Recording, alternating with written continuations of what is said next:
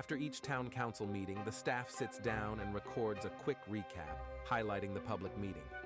The complete meeting can be found on the town of Avon, Indiana's YouTube page, but this podcast is designed to give you a simple overview to help keep you informed about what is happening.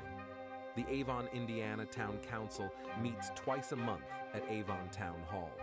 A full schedule of their public meetings can be found online at avonindiana.gov. What's up, Town of Avon? This is Angel Jr. Jan, the Marcom manager here at Town Hall, and today I'm with Ryan Cannon, town manager. In a rainy day. Rainy it's a week. Beautiful day out. Shout out to all of our towns and communities on the east side of Indianapolis this week who are dealing with flooding. So we are appreciative. We haven't had to deal with that, but our thoughts and prayers are with them as they are working through some stuff over there. Why don't we have to deal with flooding, Ryan? Well, we do have to deal with flooding, but we just didn't have a 1,000-year rain. It missed us. Yes, so. That's true. But we do deal with flooding. Our staff has been out cleaning storm structures and trying to be proactive about avoiding having any issues. So thank you to our public works team for keeping us mostly dry. So, Ryan, what does this have to relate to stormwater? Wow. That's a really leading question, Angel. Well, fortunately, here in the town of Avon, we have a fantastic stormwater utility, which is proactive in addressing our stormwater issues. So not that can be perfect in a 1,000-year storm. We can't accommodate those kind of things. So our storm system's designed for a 100-year storm, and that means you'll get that storm once in every 100 years. So a 1,000-year storm means you'll get that storm once in every 1,000 years. So nobody designs their storm system for a 1,000-year storm. But again, as I said earlier, our stormwater utility, you guys get a stormwater bill quarterly. And so every quarter we bill and you get an $18 bill, which is actually for 3 months, which is $6 a month. So your fee is $18. And so you pay $72 for the whole year. And so a lot of people ask us, what is that $72 for? And that is to maintain the storm system. So every time it rains, it goes into a storm drain system. It may be the curb inlet, and underneath that curb inlet are storm pipes, and those storm pipes take the water to ponds, and those ponds discharge and go to creeks and rivers, and the town of Avon is responsible for maintaining all of those. And so the manner in which we maintain them is through that stormwater fee. So it benefits everybody. Some people say, well, when it rains on my property, no water goes off my property. Exactly. Well, that's not true. I'm sorry, you are wrong. Everybody's stormwater leaves everybody. And so the state of Indiana calls rainwater a common enemy, meaning everybody has a right to get the stormwater away from their property. But that also means that everybody benefits from getting water away from their property. So that's how we charge a stormwater fee, and our stormwater fee is very fair. Everybody in the town of Avon, including the town of Avon, pays stormwater fees. And so it's based on your impervious area. Now, we have what's called an equivalent dwelling unit, and so that's a single-family home. And so everything is based on that. So if you're a commercial use, or if you're the town of Avon, or you're a school, depending on how much paved surface or roof of your building you have will dictate how much your stormwater bill is. So people who have more impervious area contribute more to stormwater runoff. And so they pay a higher fee, but everybody pays something. And so everybody's contributing to making sure our community has great stormwater system. It's been a fantastic system. We've had it in place for about 8 years. Our stormwater board is very proactive in addressing any drainage problems. So if you're aware of drainage problems, send them to us and we'll get them on our capital improvement plan, and we want to get them fixed. And we want your properties all to drain effectively and efficiently. So pay your stormwater bill. And please pay your stormwater bill. I know we do use a billing company from Evansville, and so we are having some issues with people paying those bills, thinking that they're not real. They are real. It has the town of Avon on it. It has our phone number on it. It says that the billing is being done for the town of Avon. It also has, if you flip the bill over on the back side, it has all kinds of information that is useful to you to help you verify that it is actually a legitimate bill and you are responsible to pay it. Yeah. Now, it is a little different because you don't set up your stormwater bill once you move into your house. You start receiving the bill after you've occupied your home. And so it's sent based on when you've occupied your house, and the data comes from the county. So you don't have to call us and start your bill. You also don't have to call us and end your bill. You just get a bill once you live there. So that does create some confusion for people. They think I didn't call to set up a stormwater bill, so I shouldn't have to pay it, but that's not true. And if you don't pay your stormwater bill, unfortunately, we will lien your property. And so we don't want to lien your property. We would just like for you to pay your bill. There's all kinds of opportunities and ways to pay. I would strongly recommend. It's super easy. I know not everybody has enough money, but I pay my bill. I get one bill a year, and when I get it, it's $18. But I pay $72, and then you will not get a bill the rest of the year until you come to the next year, and you will get another bill. And so if you pay $72 then, you only have to pay your bill once a year. It is super easy, super simple, and if you can do it, I strongly recommend you do it. It's way better. And then you don't have to worry about all this other liens issues and all that. liens and all this other stuff. So yeah. Thank you, Ryan. Wow, good lead-in, Angel. I was like, it's raining. Oh, It is raining. Stormwater. Yes, that's true. But honestly, like today, obviously we're doing our podcast to recap the town council meeting that happened last night, August 13th. Ryan?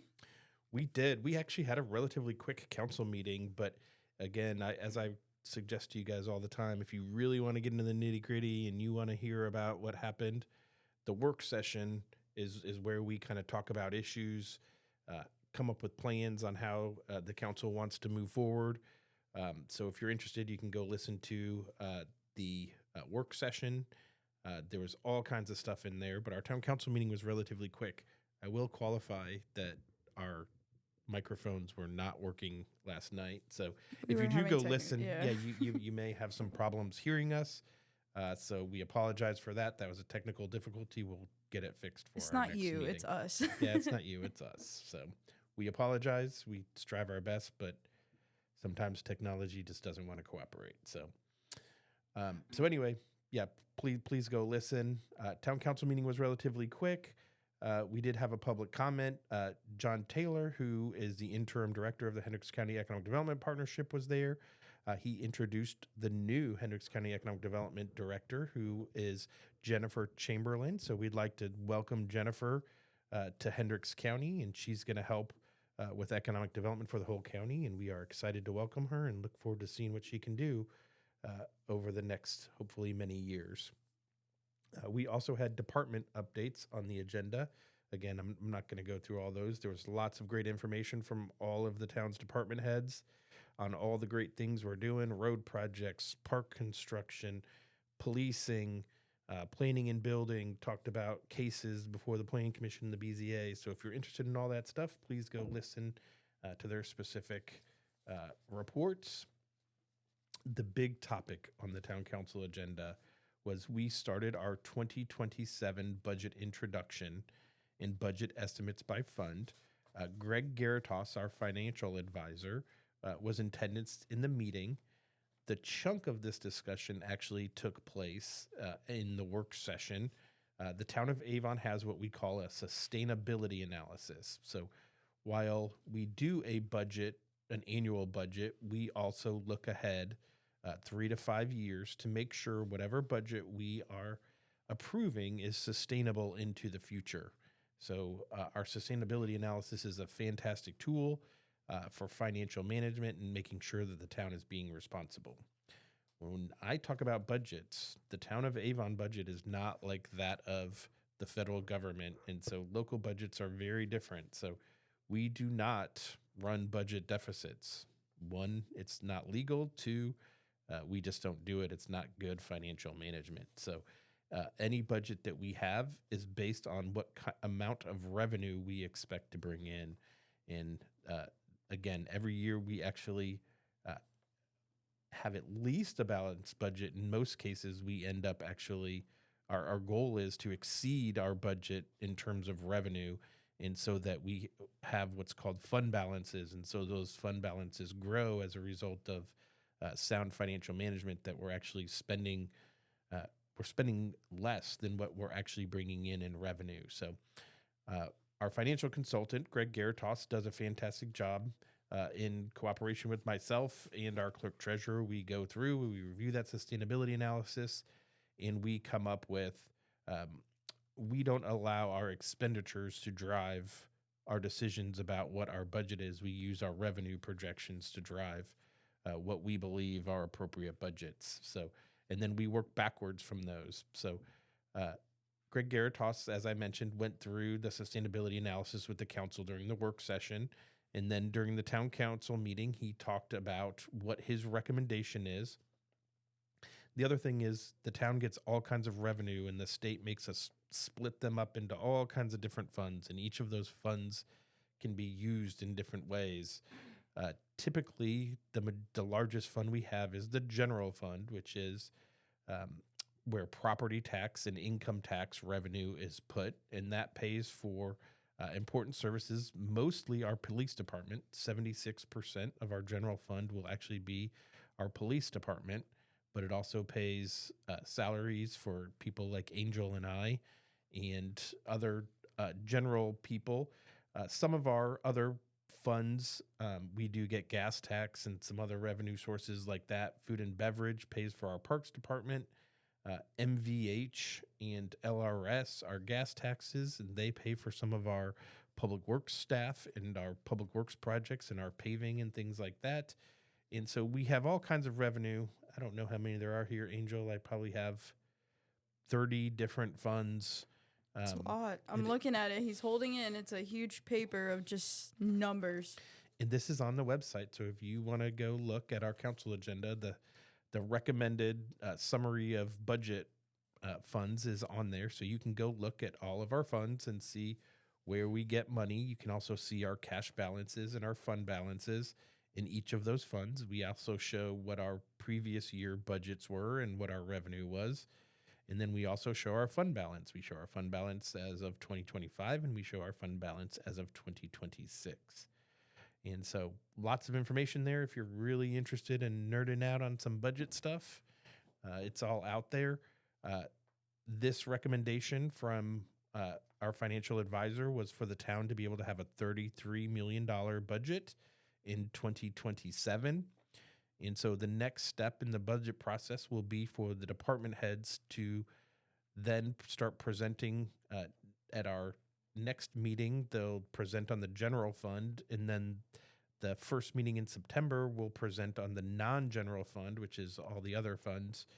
And then we have some continued discussion with hopes of adopting a budget in early October. So again, moving forward, we're at the very beginning of the process, but a very important part. That was the majority of the meeting, actually. The only other thing we had was an ordinance final reading, which was authorizing Bond Series 2026B, which is the Lennar HOPA 2. This is part of our Easton Gray development. I talked about this in our last podcast. We introduced the ordinance in our last podcast, and this was the final reading. The town council did adopt the bond. Again, this is a developer purchase bond, so it helps support the construction of the infrastructure. The town will create what's called a tax increment finance district, and we will capture revenue from that district to help reimburse and pay the cost, pay the cost of that infrastructure installation. So the quality and the actual Easton Gray development would not be what it was without the town going through this process, where the project may not have been possible at all without the support of the town. So this is an economic development tool. And again, for those of you who've listened to the podcast before, we expect that Easton Gray will bring in probably be about $500 million of assessed value. And so, again, a very substantial and important project in our community. So that was it, Angel. That's the meeting. Ryan, when's the next meeting? The next meeting is August 27th at 7 p.m. We hope to see you guys there. One little quick reminder, there is going to be a parks event tomorrow. You know what it is, Ryan? I do. I hope it's not too wet though. They said rain or shine. Rain or shine? Rain or shine. Hey, I like that. That's good. So rain or shine, Dirt Works is actually happening tomorrow. Excuse me, sorry. Is happening from 9 a.m. to 12 p.m. So 9 to 9:30 will be sensory time. It's a little calmer for all the friends that are, that need a little calmer environment. So 9 to 9:30 is sensory time. And then from 9:30 to 12, everyone just crank it up. Yeah, crank it up a bit. So, it should be fun. I've been to 3 of them, I was gonna say, and it's always get in the excavator. it's always fun. I believe so. Snowplow? You been in the snowplow? I have not. I've been around it. Yeah, just stay out of the way of it. Don't I'm sit in staying front out of it. Yes. I know it's not snowing, but we're creeping up on that time too. So it's flying by. It's Angel. flying by. I know. That was negative. No, thank you. So yeah, Dirt Works from 9 to 12 p.m. tomorrow at Blue Heron Park. So we hope to see you guys there. Aside from that, we hope you guys are staying warm. Hope you're paying your stormwater utility bill. Please. Staying dry as well. But we hope you guys have an amazing weekend. We'll see you guys on the next one. Don't forget to smile. See ya.